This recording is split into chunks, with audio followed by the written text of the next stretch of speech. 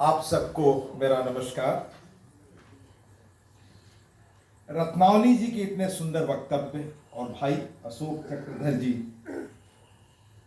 ने जो जीवंत वर्णन व्यास जी का किया, उसके बाद कहने को मेरे लिए बहुत कुछ बचा नहीं। इस समारोह की अध्यक्षता कर रहे आदरणीय श्री प्रभात कुमार जी, हिंदी भवन के संरक्षक, पूर्व राज्यपाल, पूर्व कैबिनेट सचिव, पर मेरे लिए व्यक्तिगत तौर पर वो अन्य कारणों से भी प्रेरणा के स्रोत हैं। उन्हें मैंने राज्यपाल के रूप में सर्वश्रेष्ठ काम करते हुए देखा। हमारे सामाजिक जीवन में इथिक्स का क्या महत्व हो, उस पर बहुत सारी चीजें उनको करते हुए देखा। और उनकी पुस्तक का अद्भुत public services ethics, A quest for नैतिक भारत, उससे भी महत्वपूर्ण काम जो आईसी सेंटर फॉर गवर्नेंस वो चलाते हैं, बहुत ही प्रेरक काम। और साथ में सरदार पटेल लेक्चर सीरीज जो आयोजित करते हैं कई वर्षों से, लोगों को साथ लेकर चलने की कला और उत्कृष्ट ढंग से सरदार पटेल का मूल्यांकन, ऐसे अनेक काम। जब मैंने उनका नाम देखा कि वो हिंदी भवन के संरक्षक हैं, तो मुझे लगा कि व्यास जी ने जिस पौधे को रोपा है वो बहुत सुरक्षित और बेहतर नेतृत्व में। हमारे हिंदी भवन के अध्यक्ष डॉक्टर गोपाल चंद्र मिश्र जी, और मैं कहूं कि हमारे कवियों के अंदर जो सामर्थ्य है, वो शब्द नहीं गढ़ते, वो भाव, वो ताकत की लाखों करोड़ों लोगों के मस्तिष्क को प्रभावित करते हैं। सिर्फ यही नहीं है, बल्कि जब मैं यहाँ रहा था और मैंने नाम देखा, आदरणीय सुरेंद्र शर्मा जी, भाई अशोक चक्रधर जी, अरुण जैमिनी जी, गजेंद्र सिंह सोलंकी जी और कई लोगों का, तो मुझे पीवी शैली का बहुत पहले कहीं, हालांकि मैं साहित्य का विद्यार्थी नहीं रहा, लेकिन पढ़ने और सुनने की बड़ी गहरी रुचि रही। उनका बयान याद आया जो शायद पौने 200 साल पहले उन्होंने कहा, पीवी शैली ने, poets are unacknowledged legislators of society. तो आज हमारे सामने ये प्रतिभाएं मौजूद हैं यहाँ। और आदरणीय श्रद्धेय गोपाल प्रसाद व्यास जी की रचनावली का संपादन काम कितना कठिन रहा होगा, ये मैं समझ सकता हूं, क्योंकि लेखन को नजदीक से जानने का मौका है, रहा है, अनुभव है। मैं बहुत धन्यवाद देना चाहूंगा डॉक्टर गोविंद व्यास जी को और डॉक्टर रत्नावली कौशिक जी को, जो इतने परिश्रम से इस सारे आयोजन के लिए काफी दिनों से लगातार प्रयास करते हैं। इस सभागार में उपस्थित हमारे सारे मशहूर जाने माने व्यंगकार, विद्वान, जिनका नाम हमने भाई आलोक जी से लेकर सबका सुना, देखा आपने, अध्यापक गण, कवि, हिंदी से भी, हिंदी से अनुराग रखने वाले, और हमारे समाज के बहुत ही प्रबुद्ध लोग जो यहाँ उपस्थित हैं, हमारे मीडिया के साथियों। गोपाल प्रसाद व्यास जी ने जो ये नींव डाली, यह सिर्फ एक भाषा का भवन भर नहीं है, यह देश की एकता, सरोकार और जनभाषा का भवन है। हिंदी भवन की स्मृति के साथ जिन आदरणीय जनों का नाम जुड़ा है, उनके प्रति देश में, इतिहास में अलग सम्मान है। वो है, था और आने वाले समय में रहेगा।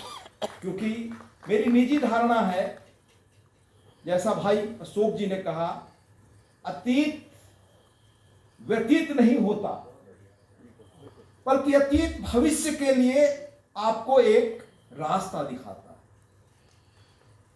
इस भवन से नाम जुड़ा है और उनकी वचन का किस रूप में हमारे आदरणीय गोपाल प्रसाद व्यास जी ने उसको साकार किया, ये आपने सुना रत्नावली जी से, राजर्षि पुरुषोत्तम दास टंडन का।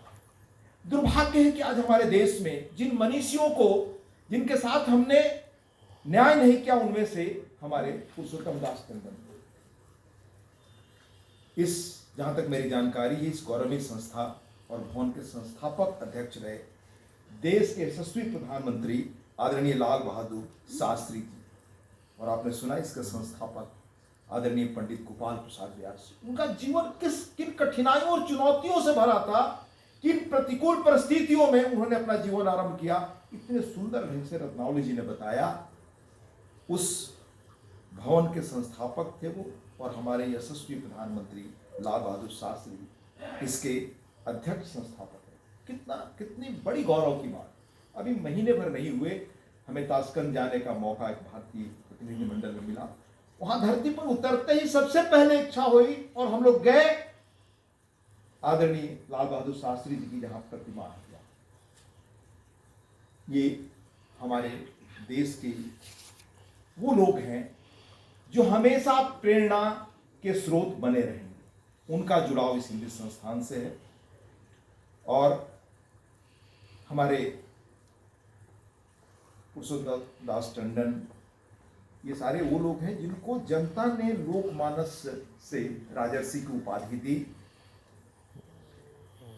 अब आप देखें, आपने नाम सुना कि पंडित जी, नेहरू जी की मंत्रिमंडल के कैबिनेट सचिव, पश्चिम बंगाल के गवर्नर के रूप में बहुत चर्चित रहे वो। हमारे श्री धर्मवीर जी कर्नाटक के पूर्व राज्यपाल, और शायद होम सेक्रेटरी थे, मुझे याद नहीं, प्रभात जी बताएं कैबिनेट सेक्रेटरी वो थे या नहीं। अद्भुत ढंग से, मतलब विलक्षण बौद्धिक प्रतिभा के धनी श्री त्रिलोकनाथ चतुर्वेदी जी, वो भी इस हिंदी भवन के आजीवन अध्यक्ष हैं। और इससे आपने नाम सुना आदरणीय कमलापति त्रिपाठी जी, कृष्णचंद्र पंत जी, अटल बिहारी वाजपेयी, चंद्रशेखर जी जैसे राजनेता, विष्णु प्रभाकर, कमलेश्वर जी, मनोहर श्याम जोशी, भीष्म साहनी, नामवर सिंह जैसे साहित्यकार इस संस्था से जुड़े रहे। ऐसी गौरवमयी संस्था में मेरे लिए आना और इतने पूज्य श्रद्धेय आदरणीय गोपाल प्रसाद जी के व्यास के कृतियों का लोकार्पण का हिस्सा बनना मेरे लिए गौरव की बात है। मैं अपना आभार व्यक्त करता हूँ। मैं विद्यार्थी था जब बनारस पढ़ने गया, तब थोड़ी पत्र पत्रिकाओं को पढ़ने की आदत पड़ी। तब से उनका नाम सुना, जाना, और जब मैं धर्मयुग में काम करना हमने शुरू किया डॉक्टर धर्मवीर भारती जी के साथ, बल्कि मैं कहूँ कि जो कुछ जीवन में सीख सका वो डॉक्टर धर्मवीर भारती जैसे लोगों का योगदान है। अगर वो लोग न मिले होते तो शायद मैं आपके सामने आज खड़ा नहीं होता। तो धर्मयुग से उनका विशेष जुड़ाव था और भारती जी का उनके प्रति मैंने आदर देखा था।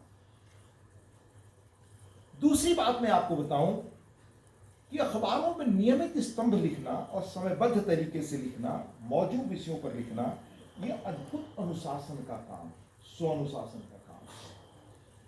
और 45 वर्षों तक आदरणीय श्रद्धेय व्यास जी ने नारद जी खबर लाए हैं जैसा चर्चित स्तंभ लिखा। ये उनके अंदर सृजन की क्षमता थी, बौद्धिक दृष्टि थी, क्या समझ थी। मुझे लगता है कि ऐसी चीजें हर जीवंत प्रमाण है। उनका एक और दैनिक स्तंभ था यत्र तत्र सर्वत्र, वह भी उतना ही लोकप्रिय रहा।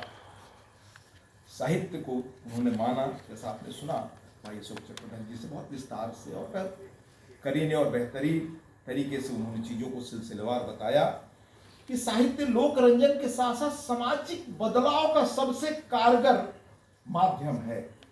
व्यास जी ने साहित्य को केवल स्वांतः सुखाय नहीं रचा, उनका उद्देश्य व्यापक था। और जैसा आपने सुना भी, वे चाहते थे कि साहित्य समाज को प्रेरित करे। उनका लक्ष्य था, जो हमारे यहाँ हमारे समाज में सहस्त्राब्दियों से कहूँ की मान्यता रही है कि सभी सुखी हों, सर्वे भवन्तु सुखिनः। यह विचार उनकी आत्मकथा में भी झलकता है, जिसके कुछ पेजेस मुझे भी पढ़ने में मिले। व्यास जी का मानना था कि साहित्य केवल कला नहीं है, यह समाज की चेतना का सबसे बड़ा सशक्त माध्यम है। अपनी रचनाओं में सामाजिक कुरीतियों पर भी उन्होंने गहरा प्रहार किया, वो चाहे जातिवाद हो, अंधविश्वास हो या गरीबी। उनकी रचनाएं लोगों को सोचने पर मजबूर करती थीं। वे चाहते थे कि लोग गलत पुरानी परंपराओं को छोड़ें। उनके लेखन में एक किस्म का आह्वान था। व्यास जी की जो आत्मकथा है समय की देन हूँ मैं, उसमें उनकी कुछ पंक्ति में कुछ पेजेस मिले पढ़ रहा था। समय ने मुझे चेताया कि स्वदेश, स्वभाषा, स्वसंस्कृति और इन सबका मार्गदर्शन करने वाला साहित्य प्रतीक्षारत है। यदि खड़ग नहीं उठा सकते तो तलवार से भी ज्यादा धारदार कलम को उठाओ। उन्होंने यही काम किया। इसे पता चलता है कि साहित्य उनके लिए सेवा की। उन्होंने सामाजिक बदलाव के लिए लिखा और अपना जीवन लगाया। साहित्य और पत्रकारिता की दुनिया में आपने सुना वो हास्य सम्राट माने गए। व्यासी ब्रज भाषा और पिंगल के सुना आपने विलक्षण विद्वान के रूप में भी लोकमानस में हमारे दर्ज हैं। उनके द्वारा संपादित ब्रज विभव यह इतिहासकारों द्वारा ब्रज संस्कृति का इंसाइक्लोपीडिया माना जाता है।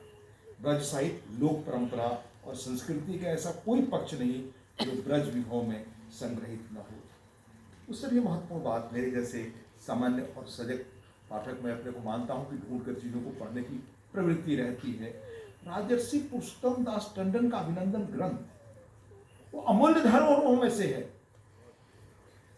इन सब चीजों का तो पुनर्प्रकाशन होना चाहिए ताकि हम अतीत के उन महान लोगों से प्रेरणा पा सकें कि कैसे विलक्षण लोग हमारे बीच रहे और यह जो आज़ादी हमने पाई वो किन लोगों ने कैसे अपनी कुर्बानी से उसे हमारे लिए यह सुलभ कराई।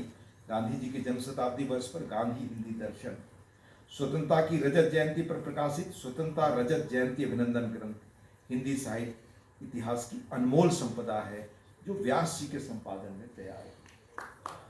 पत्रकारिता, हिंदी साहित्य, लेखन, भाषा आदि से इतर व्यास जी की एक दूसरी पहचान भी रही जिसके लिए हम सब उन्हें हमेशा याद करेंगे। आपने सुना गांधी जी के कहने पर उन्होंने अपना जीवन भाषा के लिए दिया, पर व्यास जी ने स्वतंत्रता आंदोलन में सक्रिय रूप से हिस्सा लिया। गांधी जी, नेताजी सुभाष चंद्र बोस, डॉक्टर राजेंद्र प्रसाद, पंडित जवाहरलाल नेहरू, सरदार वल्लभ भाई पटेल, आचार्य विनोबा भावे जैसे सभी लोगों से उनका निजी संपर्क रहा। ऐसे विलक्षण महापुरुष को आज़ादी के अमृत काल में हम सब याद कर रहे हैं। उनके ग्रंथों का लोकार्पण हो रहा है, यह बहुत हर्ष का विषय है। और एक चीज तो मैं आज जरूर आपके बीच कहना चाहूंगा कि आदरणीय व्यास जी, हम लोग मानते हैं कि हमारे मनीषी हमारे बीच नहीं तो कहीं ना कहीं हैं वो जब आज हिंदी का प्रयोग ऊपर से नीचे लेकर देखते हो तो जरूर उनमें संतोष होता होगा।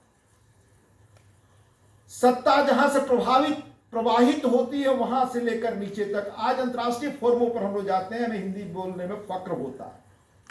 हम उसी स्थिति में कम से कम आज हैं। आजादी के अमृत काल में देश भर में ऐसे नायकों और महापुरुषों का स्मरण किया जा रहा है। ऐसे लोगों के स्मरण से हमें भविष्य की राह मिलती है। हिंदी साहित्य की नई पीढ़ी को प्रेरणा मिलेगी। हिंदी सिर्फ साहित्य की ही नहीं बल्कि समग्र समाज को, इस मुल्क को गढ़ने में कितने समर्पण और सरोकार के साथ व्यास जी जैसे महापुरुषों ने काम किया।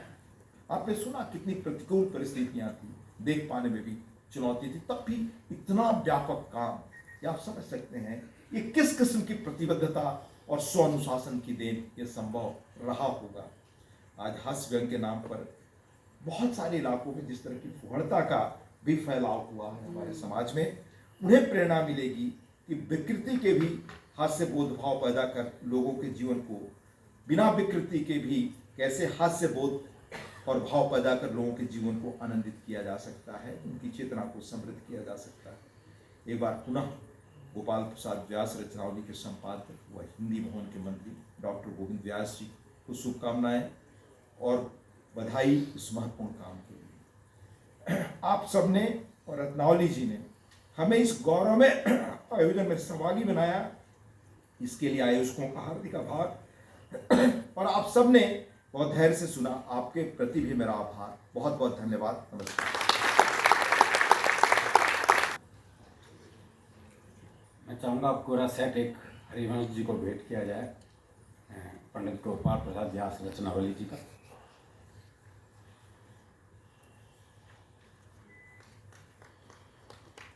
आप तालियां बजा दीजिए।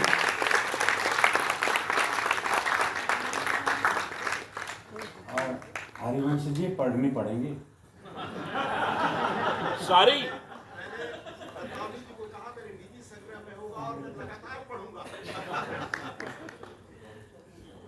नारद जी खबर लाए का जिक्र किया था आदरणीय हरिवंश जी ने, और जिस दिन पंडित गोपाल प्रसाद व्यास जी की मृत्यु हुई उसी दिन लेख छपा था उनका हिंदुस्तान में, नारद जी खबर लाए, और उसमें उन्होंने लिखा था कि नारद जी अब मैं खुद लेवलोक आके आपको खबर दूंगा।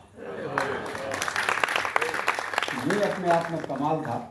मैं चाहूँगा कि हमारे कार्यक्रम के अध्यक्ष प्रभात कुमार जी हमें अपना उद्बोधन दें। आप जोरदार तालियां बजाकर प्रभात कुमार जी का स्वागत करें।